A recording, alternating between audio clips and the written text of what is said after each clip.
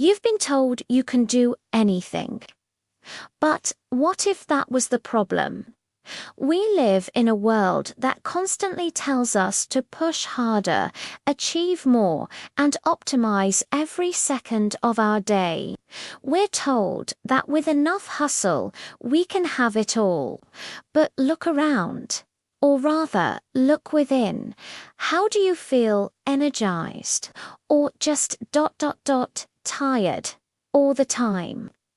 If that exhaustion feels familiar, like a constant companion you just can't shake, then you're not alone.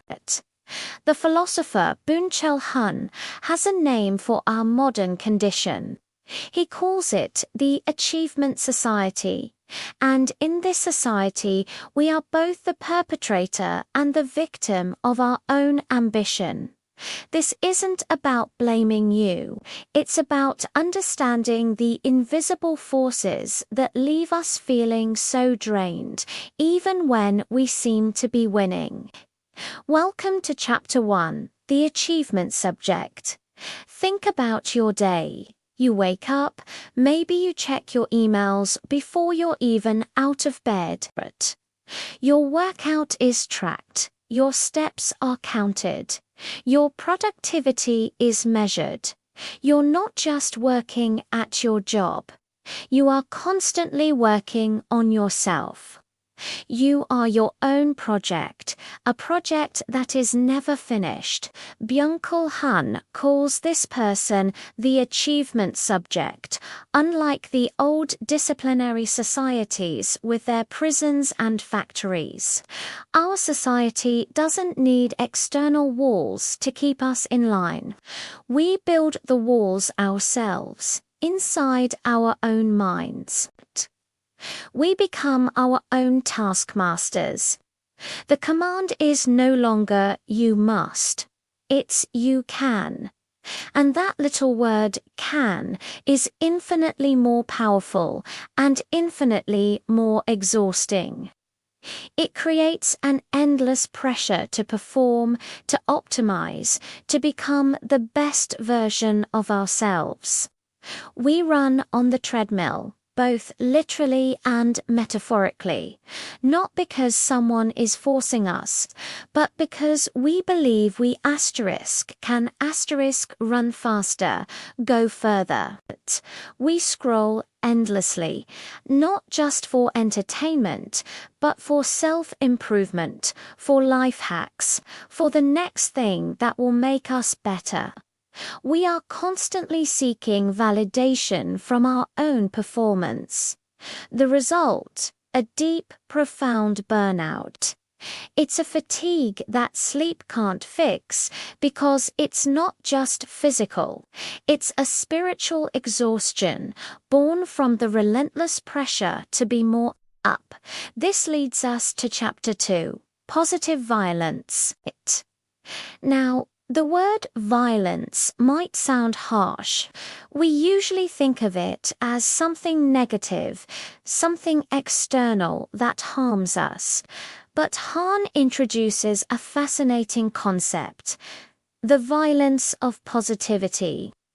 This isn't the violence of no, it's the violence of yes. Yes to another project. Yes to that social event you don't have the energy for. Yes to checking your notifications just one more time. It's the violence of too much, an excess of positivity that overwhelms our system. Think about it: multitasking, constant connectivity, the never-ending stream of information. Our brains are not designed for this. We are bombarded with stimuli, with opportunities, with the potential for connection and achievement. But this excess doesn't lead to fulfillment. It leads to fragmentation. Our attention is scattered, our focus is broken, and our minds are in a state of perpetual agitation.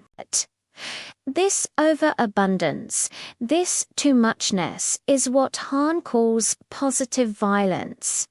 It doesn't prohibit or deny, it exhausts. It's the pressure to be everything, everywhere, all at once. And it's silent. It doesn't leave visible scars, but it corrodes our inner peace, leaving us anxious, depressed, and fundamentally tired. We believe we are free because we have so many choices. But in reality, this hyperpositivity chains us to a cycle of self-exploitation. The modern mantra is doing more equals being more. But this is a lie. The exhaustion we feel is the symptom of this success culture. The bodies and the souls cry for a stop. So, where do we go from here? If the problem is an excess of doing, then the solution must lie in its opposite. This brings us to Chapter 3, Choosing Calm. This isn't about giving up or becoming lazy.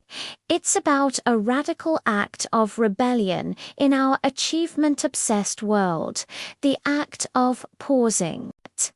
It's about reclaiming the right to be unproductive. Byung-Chul Han suggests we need to rediscover the power of contemplation, of boredom, of what he calls the vita contemplative, the contemplative life. This doesn't mean you have to move to a monastery. It can start with small, intentional choices. It's choosing to go for a walk without a podcast, just to listen to the sounds of your surroundings. It's sitting with a cup of tea and doing nothing else.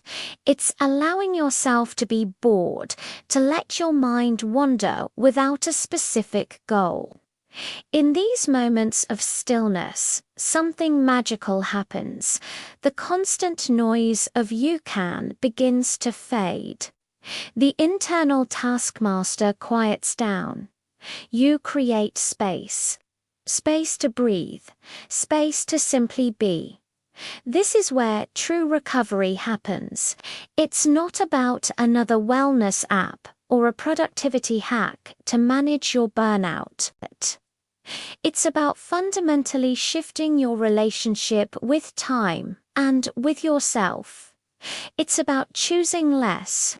It's about understanding that your worth is not measured by your output. Try this right now. Take a deep breath in and a slow breath out. Feel the space that creates. That is the beginning of freedom. The freedom from the compulsion to perform. The freedom to exist without the need for justification. This journey is about a profound shift in perspective. It's about moving from a life of frantic doing to a life of intentional being. For so long, we've been conditioned to see any empty space in our calendar as a failure, a missed opportunity. We must fill every moment with activity, with purpose, with progress. But what if the most purposeful thing we could do is nothing at all? What if true progress isn't about climbing higher on the ladder, but about stepping off it entirely for a moment to just be present? This is the core of choosing calm. It's about cultivating what Han calls a pedagogy of seeing, learning to look at the world with a slow, patient gaze rather than the quick, consumptive glance of the achievement subject.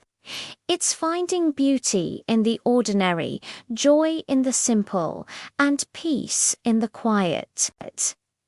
Imagine a life where you don't have to constantly prove your worth. A life where rest is not a reward for work, but a fundamental human right. A life where you can say no without guilt and I don't know without shame. This life is possible. It starts with the small conscious decision to stop. To put the phone down, to close the laptop, to look out the window, It is in these moments of non-doing that we reconnect with ourselves, with the world, and with a sense of peace that no achievement can ever buy. Real freedom is not about having the ability to do more.